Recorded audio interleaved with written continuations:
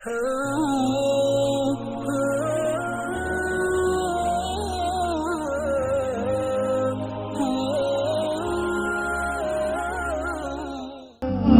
سامعین اعظام، اللہ کا بڑا کرم اور فضل ہے، اور اللہ کا جس قدر شکر ادا کیا جائے یہ کم ہے کہ اللہ نے ہم سب کو ایمان کی توفیق عطا فرمائی۔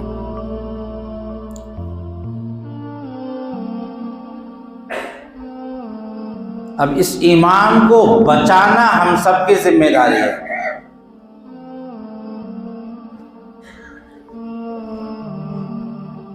جس طرح سے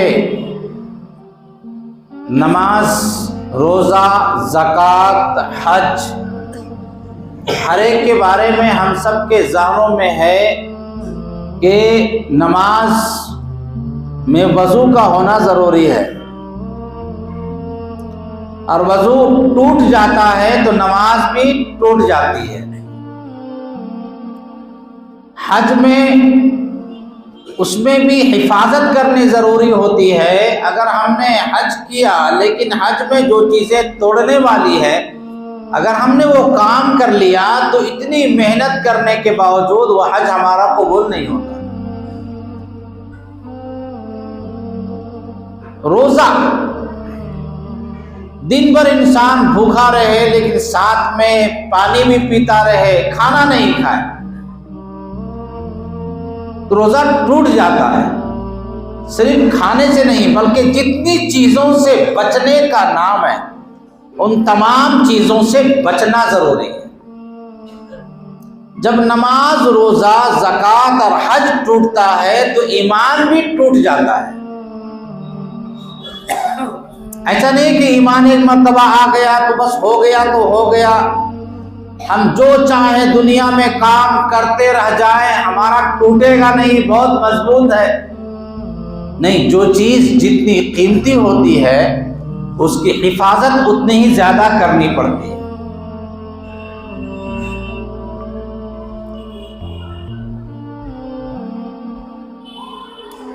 سونا بہت قیمتی ہے، اس کی حفاظت اسی انداز میں کرنی پڑتی ہے۔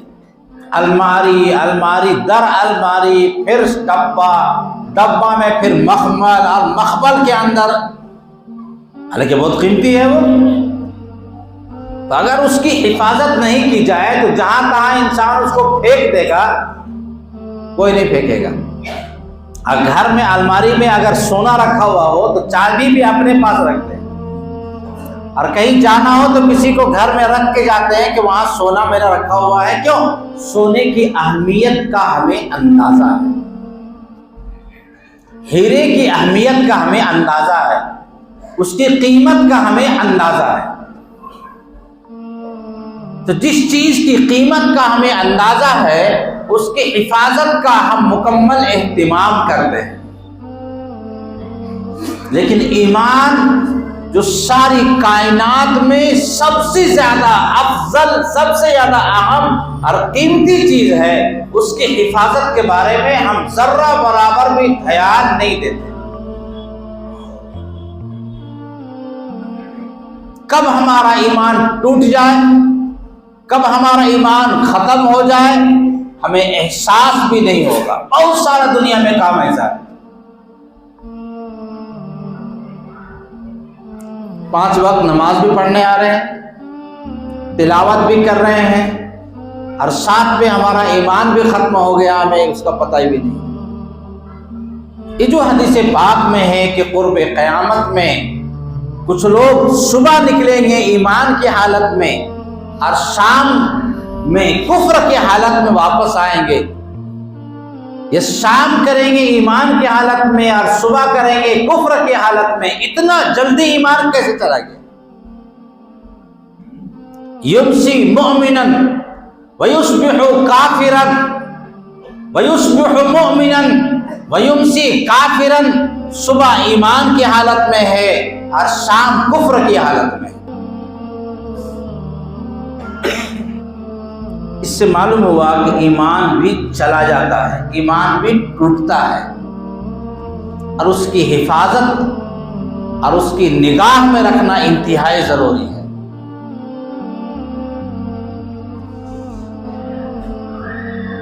میں نے ایک حدیث پاک آپ کو سنائی تھی، پھر دوبارہ میں سنا رہا ہوں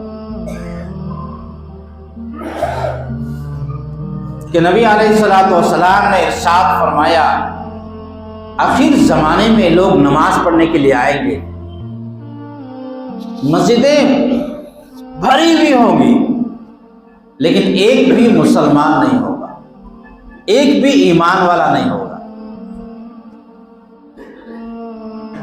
اور دوسری حدیث پاک میں ہے کہ لوگ جمعہ کی نماز پڑھنے کے لیے آئیں گے، اور جہاں تک تیر مارو گے، تیر جہاں تک پہنچے گا، اس زمانے میں تیر ہی تھا، بندوق تو تھی نہیں، یہ اس زمانے میں جو چیزیں تھیں اس کے اعتبار سے نبی علیہ الصلوۃ والسلام نے مثال دی کہ جہاں تک تیر مارو گے تو جہاں تک وہ پہنچے گا وہاں ایک بھی ایمان والا نہیں ہوگا۔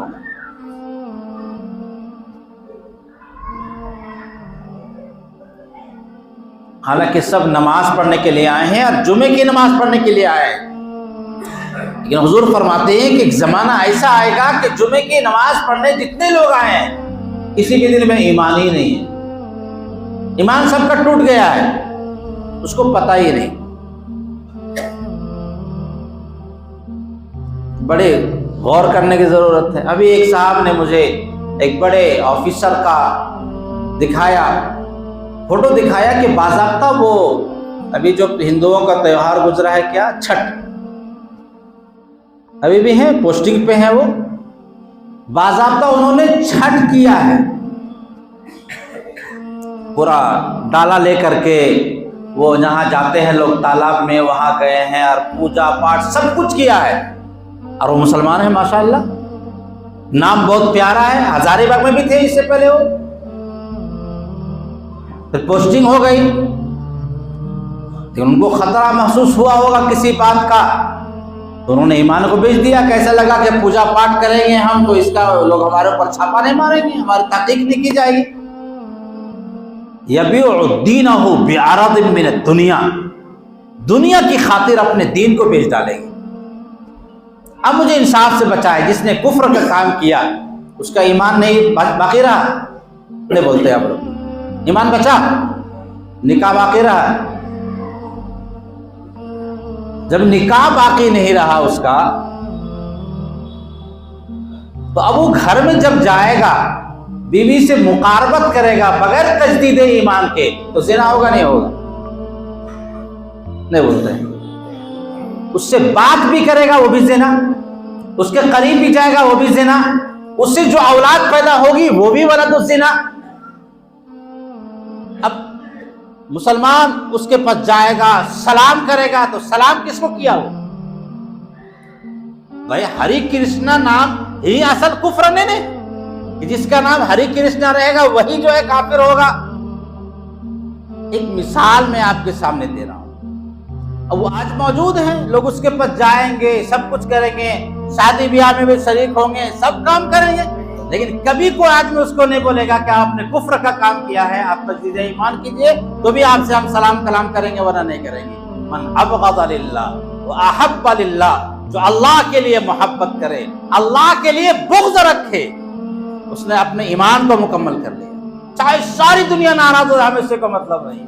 توحید تو یہ ہے کہ خدا حشر میں کہہ دے یہ بندہ تو عالم سے خفا میرے لیے، توحید اسی کا نام ہے، ساری دنیا ناراض ہو جائے، لیکن خدا یہ کہہ رہا ہے کہ یہ ساری دنیا سے ناراض ہے، ساری دنیا والے اس سے ناراض ہے، اس بنیاد پر خدا اس سے راضی ہے۔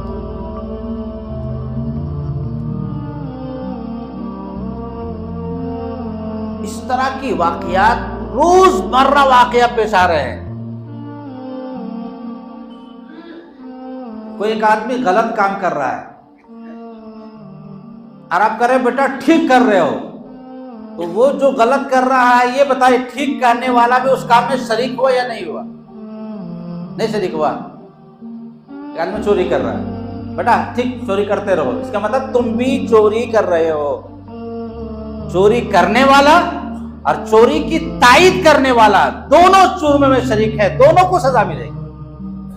تو ایک آدمی کفر کا کام کر رہا ہے، ایک آدمی شرک کا کام کر رہا ہے، اور آپ اس کی تائید کر رہے ہیں، کیا ہے؟ مبارکبادی، چھٹ مبارکبادی، ہولی مبارکبادی، دیوالی مبارکبادی۔ اس کا مطلب یہ ہوا کہ آپ نے کفر پہ رضامندی کا اظہار کیا، آپ نے شرک میں رضامندی کا اظہار کیا، تو آپ بھی کافر ہو گئے، آپ بھی مشرک ہو گئے، چاہے آپ کا نام عبد الرحمن ہو، چاہے آپ کا نام عبد الرحیم ہو، چاہے آپ کا نام محمد ہو، چاہے حسن ہو یا حسین ہو، جو بھی آپ نے نام رکھا ہے اپنے ساتھ، لیکن اگر آپ نے کفر پہ رضامندی کا اظہار کیا تو یہ نام رکھنے سے آپ کا ایمان باقی نہیں رہے۔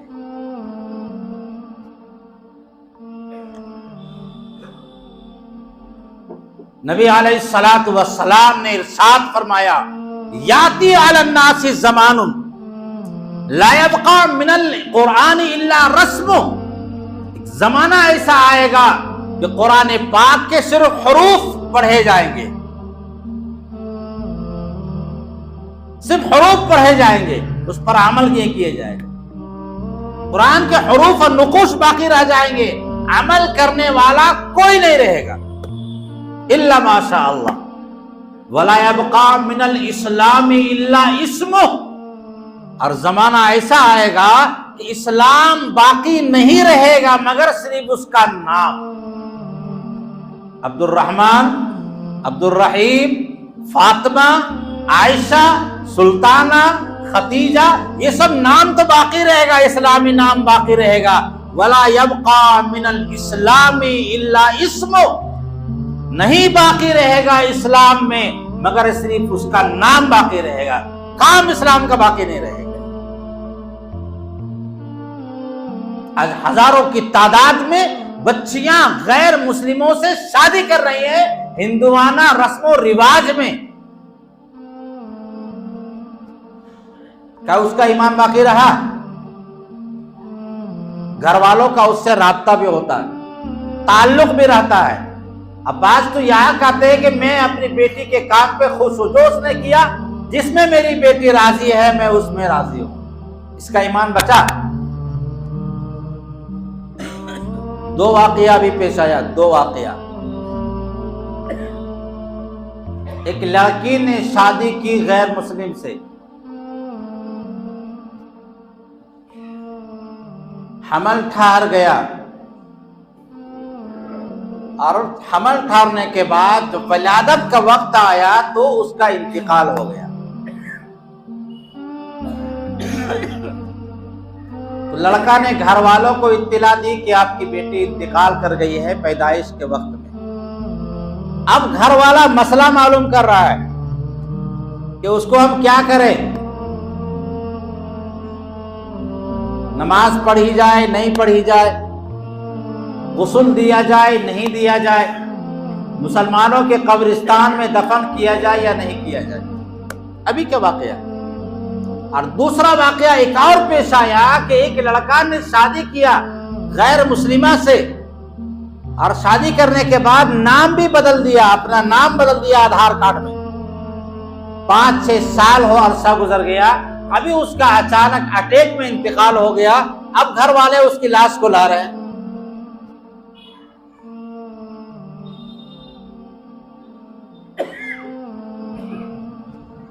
اس کا انتقال کس پہ ہوا؟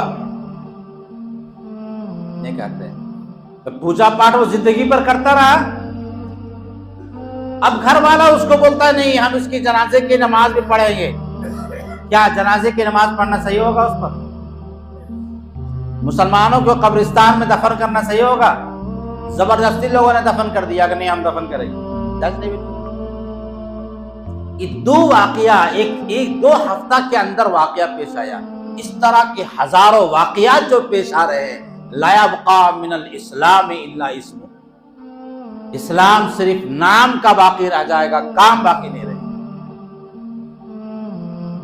بڑی زمانے میں خصوصاً یہ جو زمانہ چل رہا ہے، ارتداد کا زمانہ چل رہا ہے، لوگ مرتد ہو رہے ہیں۔ مرتد کا مطلب ایمان سے پھر رہے ہیں۔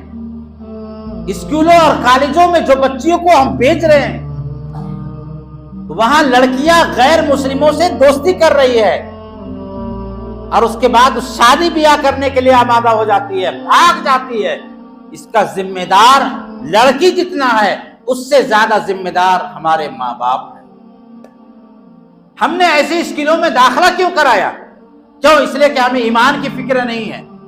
اگر ایمان کی فکر ہوتی، جس طرح سے سونا اور چاندی کو الماری میں رکھتے ہیں، ہم اس کی حفاظت کرتے ہیں اور ہم دیکھتے ہیں کہ سونا اور چاندی ہے جہاں ہم رکھ رہے ہیں اس الماری میں سوراخ تو نہیں ہے، تالا خراب تو نہیں ہے، وہاں ہمارا سونا خراب تو نہیں ہو جائے گا، چوری تو کوئی نہیں کر لے گا۔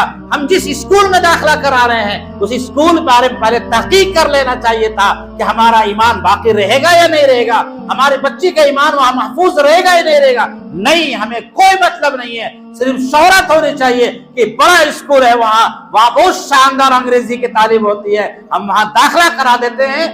ہم داخلہ، بچی یہاں سے نکلتی ہے ایمان کی حالت میں اور اسکول سے جب فارغ ہوتی ہے تو کفر کی حالت میں۔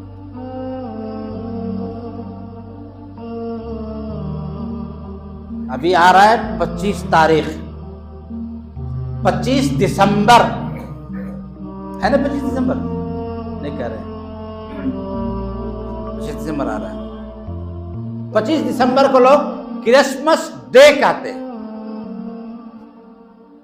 میری کرسمس کہہ کر کے لوگ لکھتے ہیں فیس بک میں، ٹویٹر میں، اور اپنے غیر مسلموں کو مبارکبادی پیش کرتے ہیں۔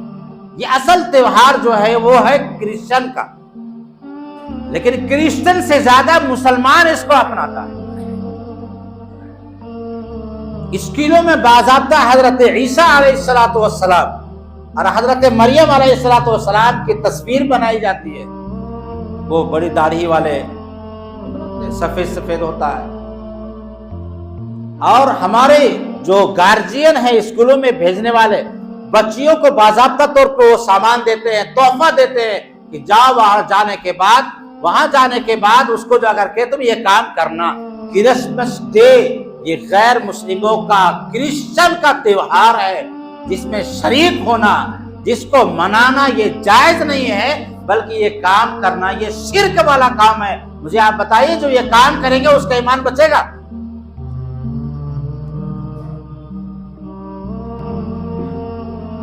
جب اس کا ایمان نہیں بچے گا، بچی بھی اس کا ایمان خراب ہوا، ماں باپ کا بھی ایمان خراب ہوا، وہ بھی شرک کے دلدل میں پھنس گئے، ایمان چلا گیا، تجدید ایمان کی نوبت نہیں آئی، کبھی ان کو احساس نہیں ہوا کہ میرا ایمان ہے یا نہیں ہے، اسی حال میں اس کا انتقال ہو گیا۔ اللہ کے ہاں جب گئے، دنیا میں رہے مسلمان بن کے، اللہ کے پاس جب گئے تو معلوم ہوا کہ ایمان ہی موجود نہیں تھا، ہمیشہ کے لیے جہنم میں ڈال دیا۔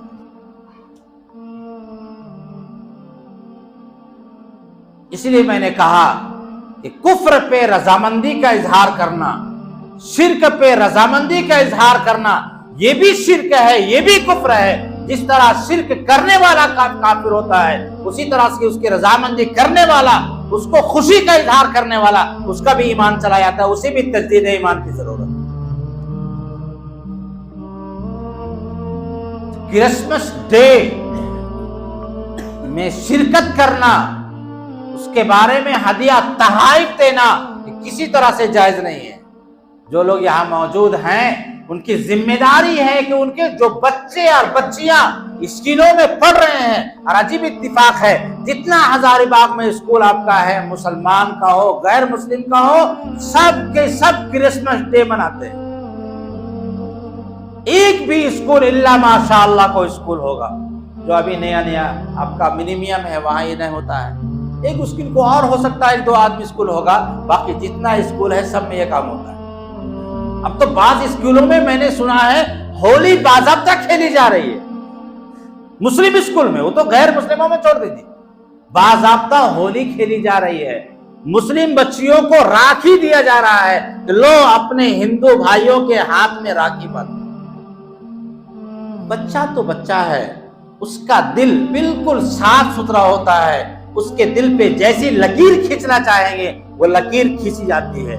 جب تعلیم کے زمانے میں اسے کہا گیا کہ لو بھائی اس کو بنا لو ہولی کھیل لو، یہ آپس میں محبت کا سبب بنے گا، نعوذ باللہ، تو پڑھنے کے بعد اس کے دل میں کیا رہے گا کہ ایمان کیا ہے، کفر کیا ہے، ہولی کیا ہے؟ ہم ہزار مرتبہ اسے کہیں گے اسے کوئی احساس نہیں ہوگا، اس لیے کہ استاد نے جو تعلیم دی ہے، استاد نے جو اس کو سبق دیا ہے، وہ سبق نقش کل حجر ہو گیا ہے، دلوں میں پتھر کی لکیر بنتا چلا گیا۔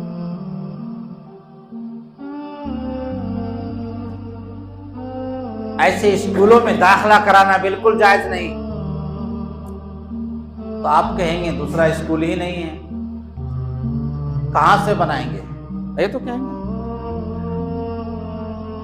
جلسہ کے لیے 5 لاکھ روپے جمع ہو جائے گا، ابھی چندہ کریں گے جمع ہو جائے گا، اور اسکول کے نام پہ کو دینے کے لیے تیار نہیں۔ کیا بلاول کے لوگ مل کر کے ایک وسیع زمین خرید کر کے کیا اسکول نہیں بنا سکتے ہیں؟ نہیں بنا سکتے ہیں؟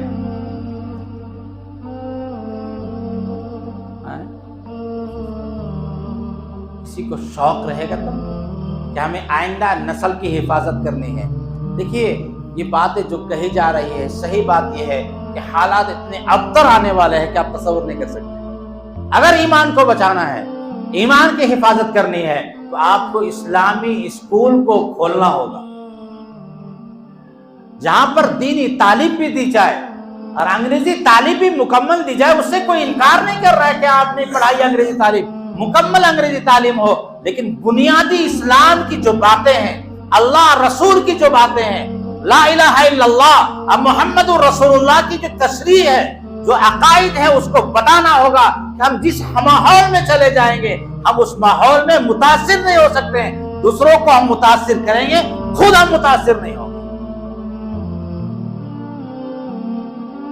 لیکن نہیں، ہم اس کے بارے میں ذرہ برابر فکر نہیں کریں گے۔